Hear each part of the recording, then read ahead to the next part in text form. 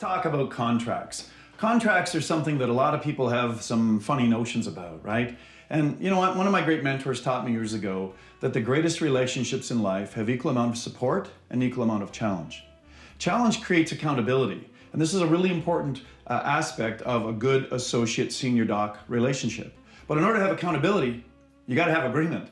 And so with agreement, there's all kinds of levels. There's unspoken agreements that people are running around with making assumptions. There's spoken agreements or verbal agreements, which are contractual. But the best forms of agreements, and my mentor taught me years ago, is to have a written agreement. And that's really the value of having a contract, where you've done your due diligence, your associates done their due diligence, and you've got it all laid out and clearly spelled out. My last associate, when I brought them in, we went over the contract. I thought it'd take us a half an hour. It took us several hours because we wanted to go through each line item and make sure that we're clear about the intent and the spirit behind the paragraph and make sure that the wording was something that worked well for both of us. So again, we've got templates for this. A couple of pieces that I want to just draw your attention to is you should always start with a probationary contract. You never truly know somebody until you actually, live with them, so to speak, right? So once this associate moves in, they can be on their best behavior throughout the entire interview process, but once they move in, you get to know them better. If things don't work out, you want to have a plan of management for how to correct that. But if absolutely this is just not a great fit for whatever reasons, the probationary contract basically protects you. And so I recommend a 6-month probationary contract to start out. Within that contract, we've got all kinds of details. We've got the purpose of the contract. We've got details around record keeping and ownership of files. We've got details around time relative to time away from the office, holidays, holiday coverage, locum coverage. We've got opportunities in there to talk about the exact hours that the associate is going to work. There's all of these sorts of time-based details. And of course, the big kicker in contracts, you guys, is finance. And I strongly recommend that in the contract, you have a layout in the contract for percentages of growth. You want to give these people an opportunity to see a carrot in front of their nose, see an opportunity to grow and expand both their knowledge base, but also their profit margins.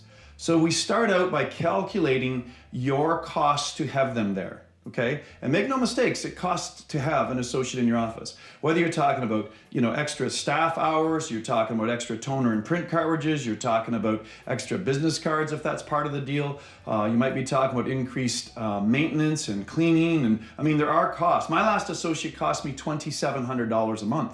So when you create the first percentage split, you want to be sure that you're getting paid, at least getting paid back. You want to be sure that you're going to be breaking even on that first percentage split. So again, this is a multiple of X thousands of billings. And again, the percentage could be anywhere from 70-30, 60-40, 50-50, depending upon your office. The way to base that percentage is to look at what your exact overhead is. Okay, not the overhead that your accountant frills with you a little bit and writes off stuff ethically, but we're talking the exact cost to run the business so we can figure out what your profit margin is. Classically in chiropractic, the profit margin runs between 45 and 50%. So if that's the maximum amount of profit that you're taking home from your services, your associate can never take home a higher percentage of their billings than you do. Because if they do, it's going to create guilt and resentment, right? Because you're going to go, wait a second, I'm the one with all the experience. I'm the one with my name on the lease. I'm the one that's, signing all the paychecks here. And you're taking home a higher percentage than me. To heck with that. I'll sell you the business and I'll come and work for you as your associate, right? That's the psychology behind this. So that's a base number upon which to work to decide where the splits should be. Again, that first split should definitely get you back to at least breaking even, all right? So part of the strategy behind that is to look at their business plan. And I would never, ever bring an associate onto my team without at least a 1 or hopefully 2-year business plan that they've looked through to see what the growth is going to be in their business, how they're going to go about doing that by supportive marketing plan. And you can then use their numbers and plug it into a tool that we've shared with you called the Associate Doc Decision Maker, which is basically a spreadsheet that looks at all the numbers and where the profit is going to lay out. Because my last associate, for example, gang, I lost money on them for the first 9 months they were in my business. And again, why would I lose money for 9 months? Well, because I believed in the end game. I believed in them. I believed in the ability to share more of what we had to our community and help them be healthier and happier as a result. Okay? We also have templates in here for past probation, which is, what I would call basically a senior associate package.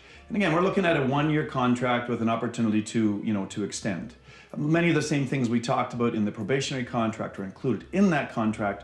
And again, as I said, we've got templates of that. The last piece I'm going to share with you is a junior partner buy-in. Many other professions like accounting and architecture and law have done this, where they have your entry-level, people or associates, and then if they prove themselves, they become junior partners and eventually, hopefully, senior partners. And salary and compensation is based upon formulas, based upon their amount of productivity, but also based upon their level in the program. Chiropractic is yet to adopt this model, and I'm a big advocate of it, where you could get some of the equity back out of your business by selling them, say, a 25% share as a junior partner in the business and give them an opportunity to have a stake in the game. If you don't give them a stake in the game, a really good associate is probably going to want to consider, moving on. And that creates a lot of emotional turmoil and really defeats the purpose of that. So again, as an option for the senior associate contract, either in year 1, 2, or 3, is the junior partner buy-in. And again, we've got all that laid out for you. Remember, don't be afraid of contracts. Do them up well. Have your lawyer vet it to make sure that the I's are dotted and the T's are crossed. But it's the spirit of the contract that's really important. And you and your associates sit down, go over it knee to knee, make sure everybody understands the spirit of each paragraph and the wording, and you're going to have a long and happy relationship together.